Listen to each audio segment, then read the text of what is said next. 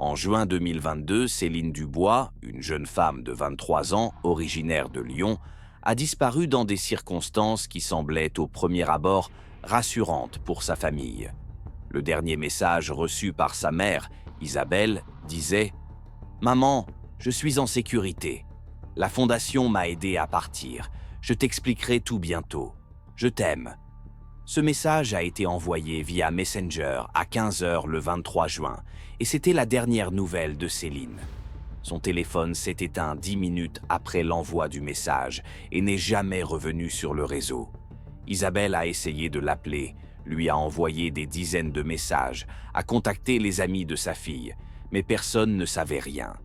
Une semaine s'est écoulée, puis deux, et lorsqu'il est devenu évident que Céline avait bel et bien disparu, la famille a alerté la police, déclenchant une enquête qui a finalement permis de mettre au jour l'un des réseaux de traite d'êtres humains les plus cyniques et les plus violents de l'Europe contemporaine.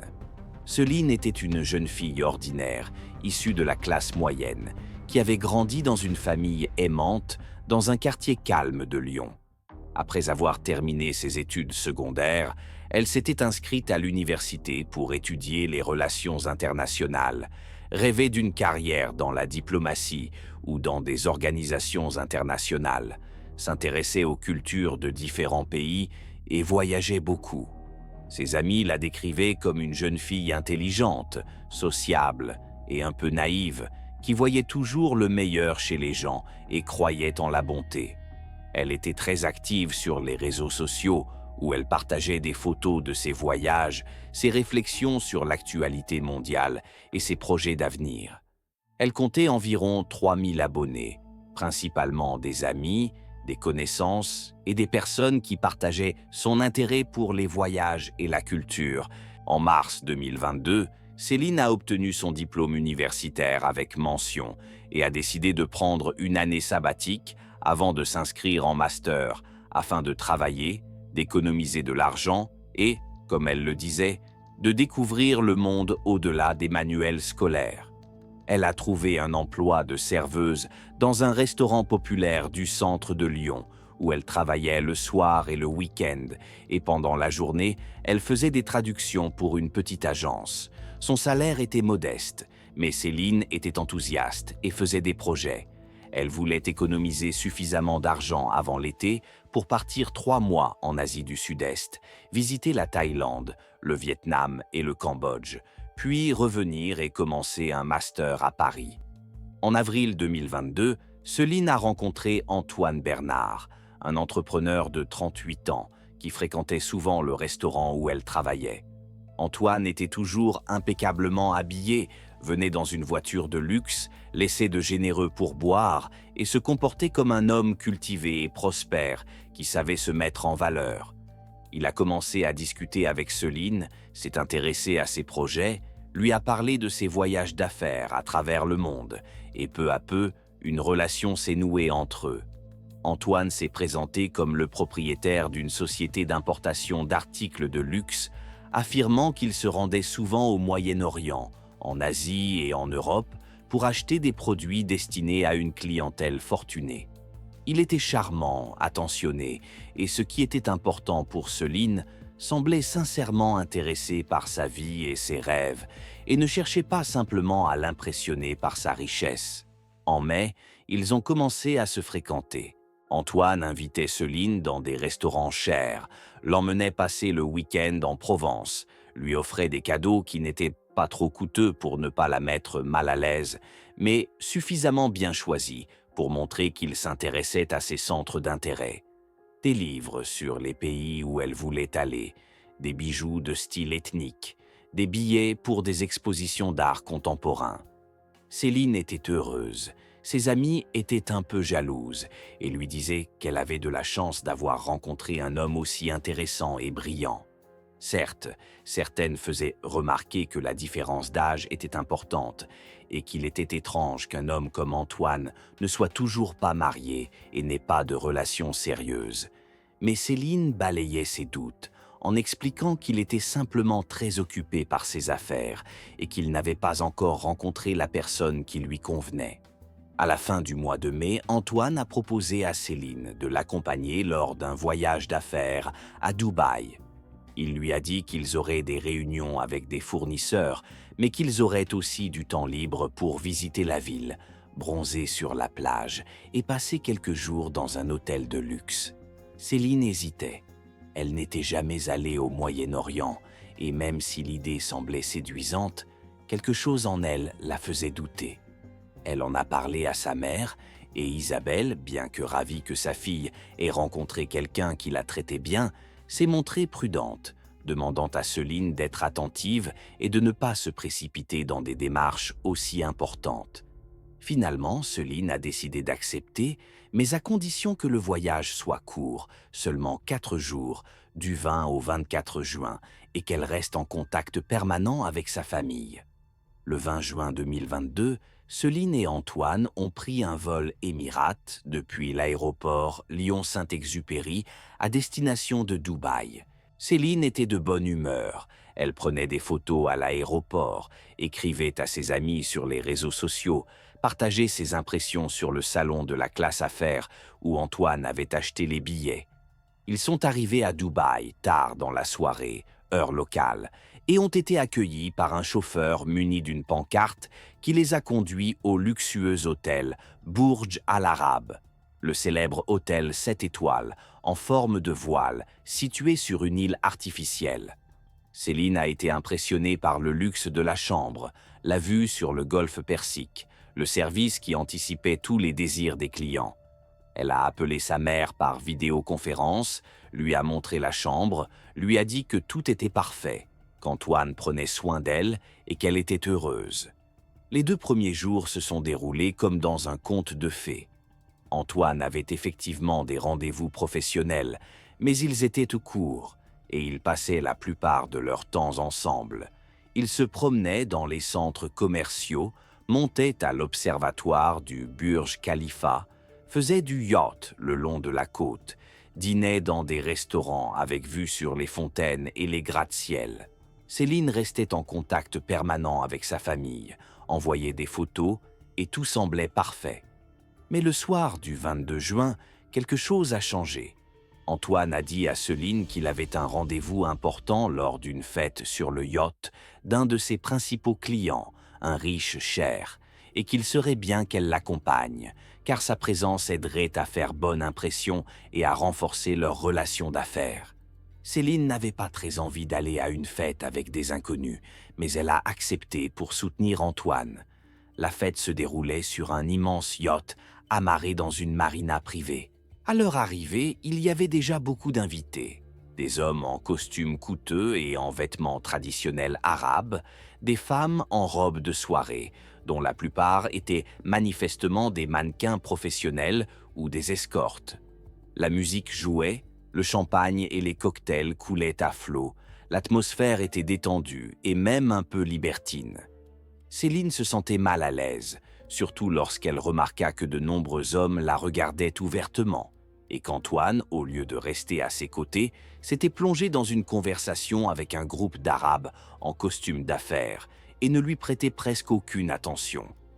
Au bout d'une heure, Céline voulait déjà partir.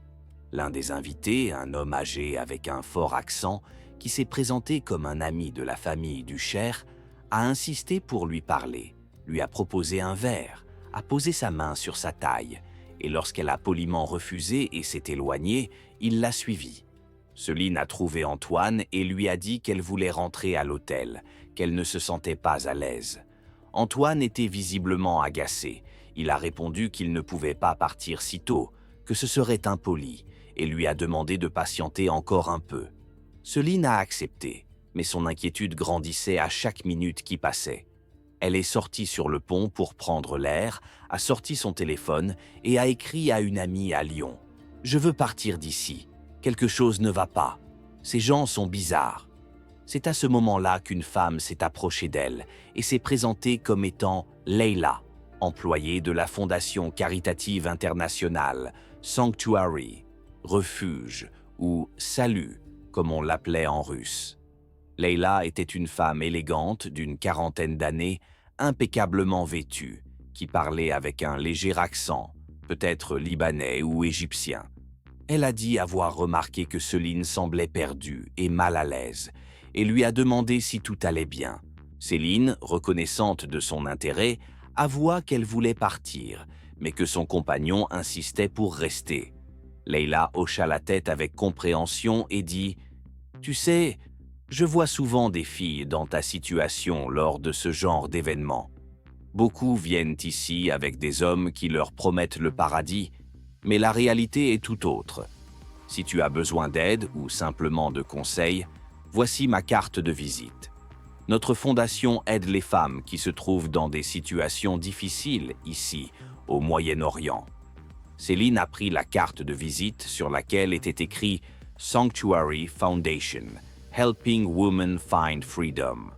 Fondation Sanctuary, aider les femmes à retrouver leur liberté. Avec un numéro de téléphone avec l'indicatif des Émirats arabes unis et une adresse e-mail. Elle a remercié Leila, a mis la carte de visite dans son sac à main et est retournée dans la salle où Antoine la cherchait déjà, visiblement mécontent qu'elle se soit absentée. Ils restèrent à la fête pendant environ 2 heures, et pendant ce temps, Céline croisa plusieurs fois le regard d'homme qui discutait de quelque chose en la regardant. Et elle vit une fois Antoine parler sérieusement avec un arabe âgé vêtu d'une dijdacha blanche, et tous deux la regardaient.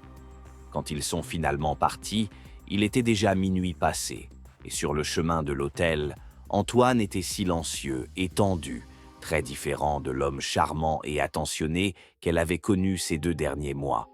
De retour dans sa chambre, Céline prit une douche et se coucha, mais elle ne parvint pas à trouver le sommeil. Quelque chose dans cette soirée, dans le comportement d'Antoine, dans les regards de ces gens, lui avait fait ressentir une véritable peur. Elle sortit son téléphone et commença à chercher des informations sur la fondation Sanctuary.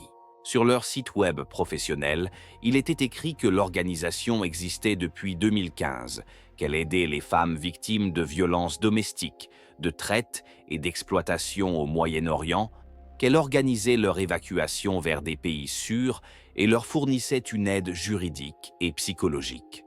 Le site présentait des photos de femmes heureuses, des témoignages de réussite, des lettres de remerciement, des informations sur les partenaires et les donateurs, dont plusieurs grandes organisations internationales et des particuliers. Tout semblait parfaitement légitime et inspirant confiance. Céline se calma un peu, pensant qu'elle s'était peut-être simplement inquiétée pour rien, et s'endormit. Le matin du 23 juin, Antoine était froid et distant. Au petit déjeuner, il a dit à Céline qu'il avait des réunions toute la journée et qu'elle pouvait passer la journée au spa de l'hôtel ou à la plage, et qu'ils dîneraient ensemble le soir. Céline a accepté, ravie de pouvoir être seule et de mettre de l'ordre dans ses pensées.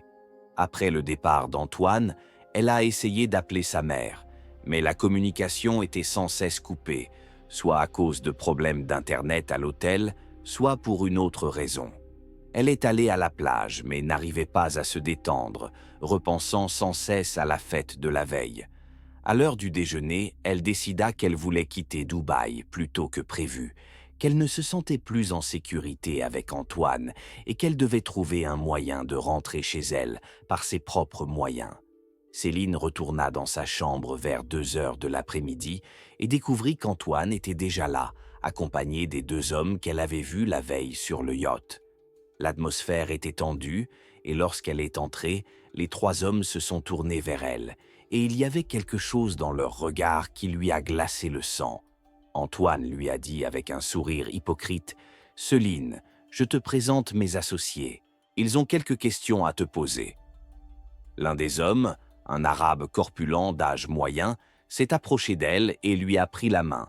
Sa poigne était dure et douloureuse.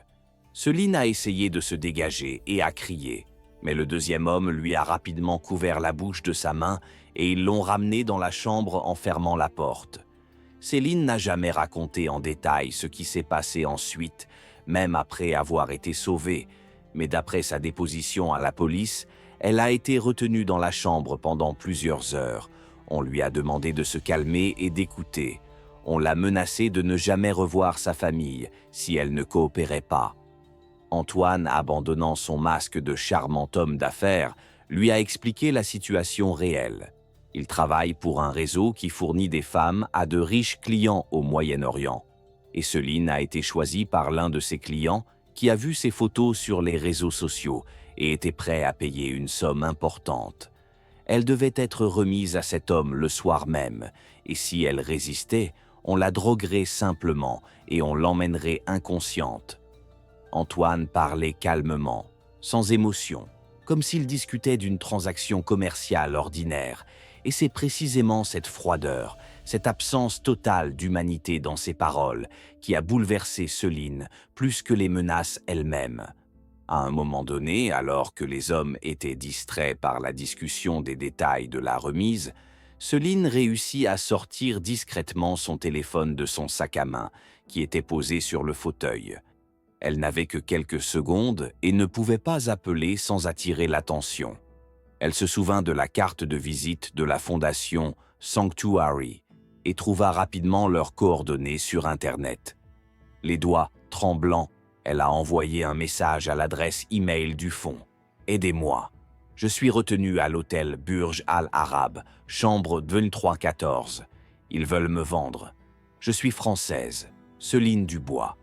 Aidez-moi, s'il vous plaît. » Elle a réussi à appuyer sur « Envoyer » et à remettre son téléphone dans son sac une seconde avant que l'un des hommes ne se tourne vers elle. Les 2 heures qui ont suivi ont été un véritable cauchemar. Les hommes l'ont forcée à prendre une douche, à enfiler une robe qu'ils avaient apportée, ils l'ont maquillée de force, l'un d'eux lui tenant constamment la main pour l'empêcher de s'enfuir. Antoine a fouillé son sac à main, pris son passeport, son argent et ses cartes de crédit, mais il n'a pas trouvé le téléphone que Céline avait réussi à cacher sous le matelas du lit. Vers 6 heures du soir, il s'apprêtait à la faire sortir de l'hôtel lorsque quelqu'un frappa à la porte. Les hommes échangèrent un regard. Antoine s'approcha de la porte et l'ouvrit en la laissant fermer par la chaîne. Derrière la porte se tenait Leila, de l'organisation Sanctuary, accompagnée d'un homme en uniforme de garde de sécurité privée. Leila a dit calmement « Nous avons reçu un message de mademoiselle Dubois indiquant qu'elle avait besoin d'aide. Je représente une organisation internationale de défense des droits des femmes, accréditée par le gouvernement des Émirats arabes unis, et je suis habilité à évacuer les citoyens en danger. Si vous n'ouvrez pas la porte, je devrai appeler la police. » Les hommes ne s'attendaient manifestement pas à un tel revirement. Ils ont discuté entre eux en arabe, puis Antoine, avant d'ouvrir la porte, a rapidement chuchoté à Céline. « Si tu dis quoi que ce soit, ta famille en souffrira. Nous savons où ils vivent. » Puis il a ouvert complètement la porte, a feint la surprise et a dit « Quel malentendu! Mademoiselle Dubois est ma fiancée. Nous sommes ici en vacances.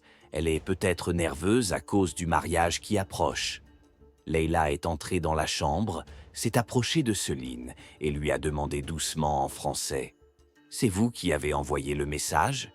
Céline, tremblant de tout son corps, acquiesça. Leila se tourna vers les hommes et dit « Mademoiselle Dubois a demandé de l'aide et nous avons le devoir de la lui apporter. S'il s'agit vraiment d'un malentendu, vous ne verrez pas d'inconvénient à ce qu'elle me parle en privé. » Antoine voulut protester, mais le garde qui accompagnait Leila, un homme à la carrure imposante, fit un pas en avant, et Antoine abandonna. Leila emmena Céline dans le couloir, et elles se rendirent dans la pièce voisine, qui s'avéra être réservée par la fondation. Une fois la porte fermée, Céline fondit en larmes et raconta tout à Leila. Comment Antoine l'avait amenée à Dubaï sous prétexte d'un voyage d'affaires, comment son comportement avait changé lors de la fête sur le yacht, comment aujourd'hui, lui et 2 autres hommes l'avaient retenue dans la chambre et lui avaient dit qu'ils allaient la vendre à un riche client. Leila l'écouta attentivement, enregistrant la conversation sur un dictaphone avec l'accord de Céline, et lorsqu'elle eut terminé, elle la serra dans ses bras et lui dit « Tu es en sécurité maintenant. C'est exactement le genre de cas dont nous nous occupons. Tu dois quitter Dubaï dès que possible, et nous allons t'aider à le faire. » Mais cela doit être fait correctement et en toute sécurité, sinon ces gens te retrouveront. Elle expliqua qu'il ne pouvait pas simplement emmener Céline à la police, car certains de ces réseaux avaient des liens avec les forces de l'ordre, et que la meilleure solution était d'organiser une évacuation discrète par les canaux privés dont disposait la fondation. Céline accepta tout ce que Leila lui proposait. Elle n'avait pas le choix, elle était dans un pays étranger, sans papier, sans argent, en état de choc et de panique. Leila lui a dit qu'il devait agir rapidement, qu'il la transférerait ce soir-là dans un refuge sûr de la fondation en dehors de Dubaï et qu'ils organiseraient demain son départ pour l'Europe avec de nouveaux papiers que la fondation se chargerait d'obtenir grâce à ses relations. Céline a demandé si elle pouvait appeler sa mère, mais Leila l'en a dissuadée avec douceur mais fermeté, expliquant que tous les appels pouvaient être tracés et qu'il valait mieux attendre qu'elle soit en sécurité. « Nous enverrons un message à ta famille en ton nom pour leur faire savoir que tu vas bien. Mais commençons par te sortir d'ici vivante, d'accord ?» Céline, épuisée et effrayée, accepta. Vers 19h, le 23 juin, Leila et le garde ont fait sortir Céline de l'hôtel par la sortie de service afin d'éviter de croiser Antoine et ses complices. Un Range Rover noir aux vitres teintées les attendait. Au volant se trouvait un autre homme qui ne s'est pas présenté.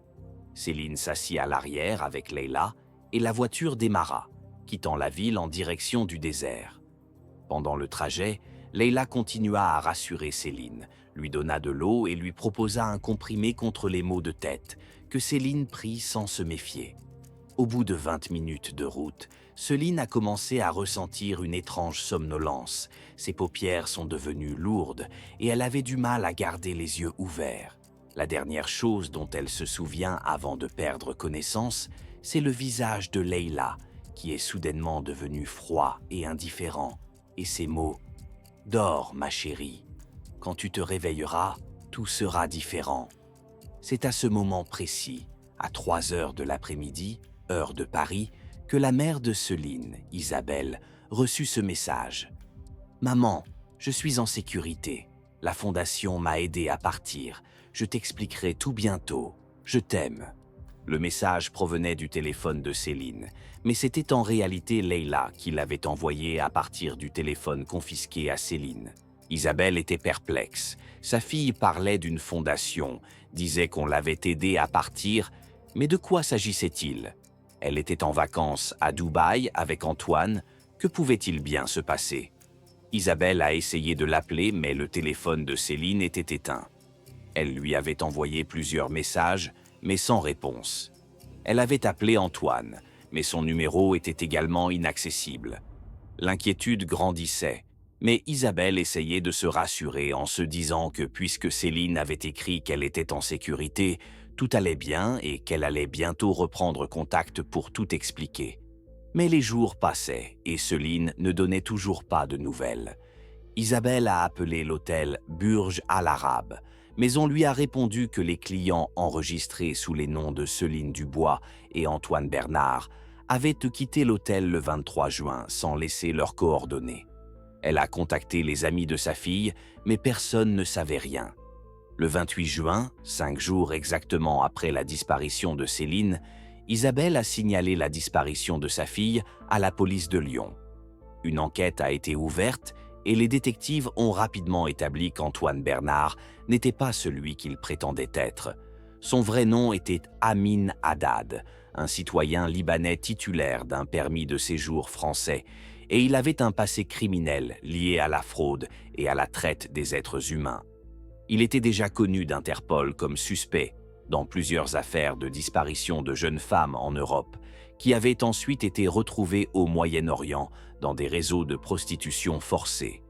L'affaire Céline Dubois a été transmise à Interpol et à une unité spéciale de la police française chargée de la traite des êtres humains. Les enquêteurs ont contacté les autorités des Émirats arabes unis et ont demandé des informations sur le fonds Sanctuary, auquel Céline avait, selon son dernier message, demandé de l'aide. C'est là que les choses ont commencé à devenir étranges. Le fonds Sanctuary était effectivement enregistré à Dubaï en tant qu'organisation à but non lucratif. Il disposait d'un site web professionnel, d'un bureau dans l'un des centres d'affaires de la ville et avait même fait l'objet de plusieurs publications dans les médias locaux sur ses activités caritatives. Mais lorsque la police a tenté de contacter la direction du fonds, il s'est avéré que le bureau était vide depuis plusieurs mois, que les téléphones ne répondaient pas et que le site web, bien que fonctionnel, n'avait pas été mis à jour depuis mars 2022. Une enquête plus approfondie a révélé une vérité choquante. Le fonds Sanctuary était une organisation fictive, créée spécialement pour attirer les victimes de la traite des êtres humains qui tentaient de fuir leurs trafiquants. Le stratagème était diaboliquement cynique et efficace. Les agents du réseau, comme Leila, assistaient à des fêtes et à des événements où se trouvaient des victimes potentielles et abordaient délibérément celles qui semblaient perdues ou effrayées, leur proposant leur aide au nom du fonds caritatif. Les jeunes filles en danger, cherchant désespérément un moyen de s'échapper, voyaient dans cette fondation leur dernier espoir et leur faisaient confiance, sans se rendre compte qu'elle passait en réalité des mains d'un trafiquant à celles d'un autre, encore plus dangereux. Il s'est avéré que le véritable propriétaire du fonds Sanctuary n'était pas un altruiste philanthrope, mais un homme du nom de Khalid Al-Mansour, membre d'une influente famille d'hommes d'affaires des Émirats arabes unis ayant des liens dans l'industrie pétrolière et l'immobilier. Officiellement, Khalid était un homme d'affaires respectable, un donateur pour divers projets caritatifs, un homme à la réputation irréprochable. Mais derrière cette façade se cachait une autre réalité. Khalid était l'organisateur et le financier d'un réseau complexe de traite d'êtres humains qui opérait non seulement aux Émirats arabes unis, mais aussi dans d'autres pays du Golfe Persique, d'Afrique du Nord et d'Europe de l'Est. Ses clients étaient des personnes riches et influentes, prêtes à payer des sommes colossales pour un produit exclusif. Des jeunes femmes instruites d'Europe et d'Amérique qu'il était impossible d'acheter simplement dans la rue ou dans une maison close. Après plusieurs mois d'enquête, en novembre 2022, les enquêteurs ont réussi à entrer en contact avec une ancienne employée du fonds, une femme nommée Nadia, qui travaillait comme coordinatrice des évacuations et qui a décidé de coopérer avec la police en échange d'une protection et d'une nouvelle identité. Grâce au témoignage de Nadia, les enquêteurs ont appris les détails horribles de ce qui arrivait aux victimes du fonds Sanctuary. Après avoir été sauvées, les jeunes filles recevaient des somnifères ou des sédatifs et étaient transportées dans un état inconscient vers des villas isolées dans le désert ou dans d'autres émirats où elles étaient maintenues en isolement. On leur confisquait leurs papiers, leurs téléphones et tout moyen de communication avec le monde extérieur. Pendant ce temps, des messages étaient envoyés en leur nom à leurs familles et à leurs amis pour leur dire qu'elles étaient en sécurité et qu'elles commençaient une nouvelle vie, ce qui expliquait l'absence de contact réel. Mais le plus effrayant était ce qui arrivait ensuite à certaines de ses filles. Nadia a raconté qu'il existait un cercle restreint de clients de Khalid, des personnes aux préférences particulières et perverses qui ne payaient pas seulement pour du sexe ou même de l'esclavage, mais pour quelque chose de bien plus sombre. Ces clients avaient accès à une plateforme fermée sur le Darknet, où ils pouvaient observer les victimes en temps réel, donner des instructions sur la manière de les traiter, voter pour différentes actions. La plateforme fonctionnait avec une crypto-monnaie, ce qui rendait les transactions pratiquement impossibles à tracer. Nadia ne connaissait pas les détails techniques du fonctionnement de la plateforme, mais elle avait vu certaines filles avant et après leur participation à ces sessions et disait qu'elles en ressortaient brisées, en état de choc profond, beaucoup d'entre elles présentant des blessures physiques. On ne sait toujours pas exactement ce qui est arrivé à Céline Dubois après qu'elle ait perdu connaissance dans la voiture. Nadia ne se souvenait pas précisément de son cas parmi les dizaines d'autres filles qui étaient passées par le système, Mais les enquêteurs, se basant sur les témoignages de Nadia et d'autres sources, ont pu reconstituer en partie ce qui s'était passé. Céline a très probablement été emmenée dans l'une des villas du réseau dans l'émirat de Ras Al Khaimah, où elle a été détenue dans une pièce isolée. Des messages ont été envoyés à sa famille en son nom, donnant l'impression qu'elle avait été évacuée en toute sécurité et qu'elle était en train de déménager dans un autre pays. Pendant plusieurs jours, elle a probablement été préparée à participer à l'une des sessions privées réservées à des clients spéciaux. Le sort de Céline fait toujours l'objet d'une enquête. En décembre 2022, 6 mois après sa disparition, une brève note est apparue sur le site web de la fondation Sanctuary, dans la section Histoire de réussite. Céline D., citoyenne française, a été évacuée avec succès d'une situation dangereuse à Dubaï et commence maintenant une nouvelle vie dans un pays scandinave où elle a obtenu l'asile.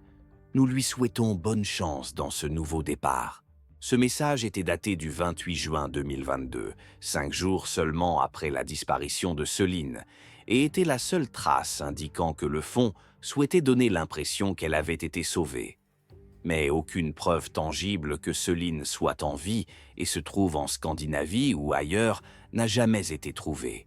En janvier 2023, une opération internationale baptisée Mirage, coordonnée par Interpol et les services secrets de plusieurs pays, a conduit à l'arrestation de nombreux membres du réseau de Khalid al-Mansour aux Émirats arabes unis, au Liban, en Turquie et en France.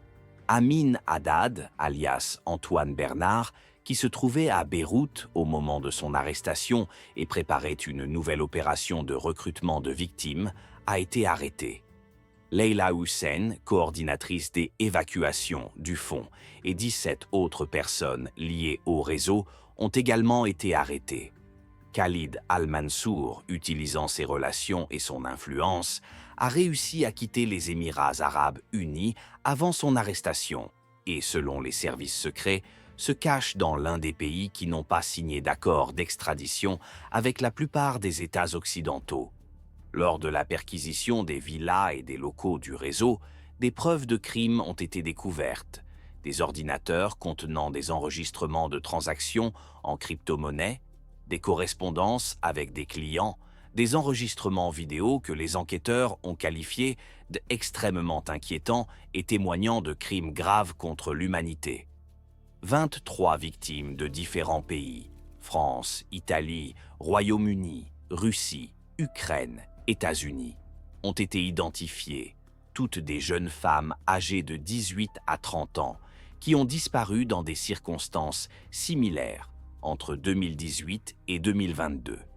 11 d'entre elles ont été retrouvées vivantes dans différents lieux de détention du réseau, dans un état physique et psychologique grave. Elles ont reçu une aide médicale et psychologique et ont été rapatriées dans leur pays. Le sort des 12 autres victimes, dont Céline Dubois, reste inconnu. Parmi les éléments retrouvés figuraient les vestiges du fonctionnement de la plateforme sur le Darknet, bien que le site lui-même ait été fermé et nettoyé par les administrateurs avant l'arrivée de la police. Les cybercriminologues ont pu récupérer certaines données et ont découvert que la plateforme fonctionnait effectivement comme une enchère privée, où les participants pouvaient miser sur différentes actions commises sur les victimes. Les paris étaient acceptés en crypto-monnaie, le plus souvent en Monero ou en Bitcoin, et les montants variaient de quelques milliers à plusieurs centaines de milliers de dollars par session. Les enchères les plus élevées concernaient les sessions finales, un terme dont les enquêteurs préfèrent ne pas révéler publiquement la signification, mais qui semble désigner la participation à des actes entraînant la mort de la victime. Les procès des membres du réseau arrêtés ont commencé dans différents pays au cours de l'année 2023. Amin Haddad a été condamné en France à 30 ans de prison pour enlèvement, traite d'êtres humains et complicité de meurtre, bien que les corps des victimes n'aient pas été retrouvés. Leila Hussein a été condamnée à 25 ans de prison aux Émirats arabes unis pour participation à un groupe criminel organisé et traite d'êtres humains. Les autres complices ont été condamnés à des peines allant de 10 à 20 ans. Au cours des procès, les victimes survivantes ont témoigné et raconté leurs terribles expériences, même si la plupart d'entre elles n'ont pas pu ou n'ont pas voulu révéler tous les détails en raison du traumatisme subi et de la crainte de représailles de la part des membres du réseau ou de leurs clients toujours en liberté. La mère de Céline, Isabelle Dubois, a assisté à toutes les audiences en France. Elle a accordé plusieurs interviews à divers médias, dans lesquelles elle a appelé les gouvernements à renforcer le contrôle des organisations dites caritatives, opérant dans les zones à haut risque de traite des êtres humains et à créer des mécanismes internationaux pour vérifier la légitimité de ces fonds. Elle a créé sa propre fondation, la Fondation Céline, qui informe les jeunes femmes des risques liés au voyage avec des inconnus et des signes permettant de reconnaître les réseaux de traite des êtres humains. Lorsqu'on lui a demandé si elle croyait que sa fille était encore en vie, Isabelle a répondu « Je veux y croire, mais chaque jour, cela devient plus difficile. Je veux juste savoir la vérité, savoir ce qui lui est arrivé, où elle est, pour pouvoir soit la serrer à nouveau dans mes bras, soit au moins l'enterrer dignement et trouver la paix. » En avril 2024, près de 2 ans après la disparition de Céline, Isabelle a reçu un colis anonyme. À l'intérieur se trouvait une clé USB contenant un seul dossier daté du 23/06/2022, jour de la disparition de sa fille. Isabelle a immédiatement remis la clé USB à la police. Elle contenait des fichiers journaux provenant d'une plateforme fermée du Darknet utilisée par le réseau de Khalid. Parmi les enregistrements figurait un profil avec les initiales SD et une photo sur laquelle, malgré la mauvaise qualité de l'image, on pouvait reconnaître Céline. Les enregistrements datent du 24 au 28 juin 2022 et contiennent de brèves descriptions des sessions auxquelles cette victime a participé, les montants des paris et les hashages cryptographiques des transactions. La dernière entrée est datée du 28 juin à 21 h, heure locale des Émirats arabes unis, et est marquée « Final Session Completed », Archive Closed. Dernière session terminée, archive fermée. La police ne divulgue pas le contenu de ces fichiers au public par respect pour la famille et la mémoire de la victime. Mais des sources anonymes au sein des forces de l'ordre ont confirmé que le contenu indique que Céline Dubois est probablement décédée lors de la dernière session du 28 juin 2022, 5 jours seulement après sa disparition. Le corps n'a jamais été retrouvé et ne le sera probablement jamais. Les témoignages de Nadia et d'autres témoins ont révélé que le réseau avait mis au point des méthodes éprouvées pour se débarrasser des corps, notamment en les dissolvant dans de l'acide ou en les enterrant dans des zones reculées du désert, d'où ils ne seront jamais retrouvés.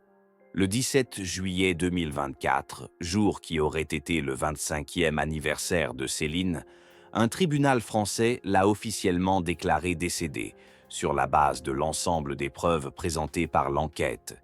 Isabelle a organisé une cérémonie commémorative privée à Lyon, à laquelle ont assisté des amis, des parents et des personnes simplement bouleversées par cette histoire. Il n'y avait pas de cercueil lors de la cérémonie, seulement une photo de Céline, une jeune fille souriante et pleine de vie, prise devant la tour Eiffel 1 an avant son tragique voyage à Dubaï. Dans son discours, Isabelle a déclaré « Ma fille rêvait de changer le monde pour le mieux, de travailler dans des organisations internationales, d'aider les gens. Au lieu de cela, elle a été victime de ceux qui utilisent la confiance et la gentillesse des gens comme une arme contre eux. Je ne veux pas que son histoire soit oubliée. Je veux que chaque fille, chaque femme, sache que même les organisations qui se qualifient de sauveuses peuvent être des loups déguisés en agneaux.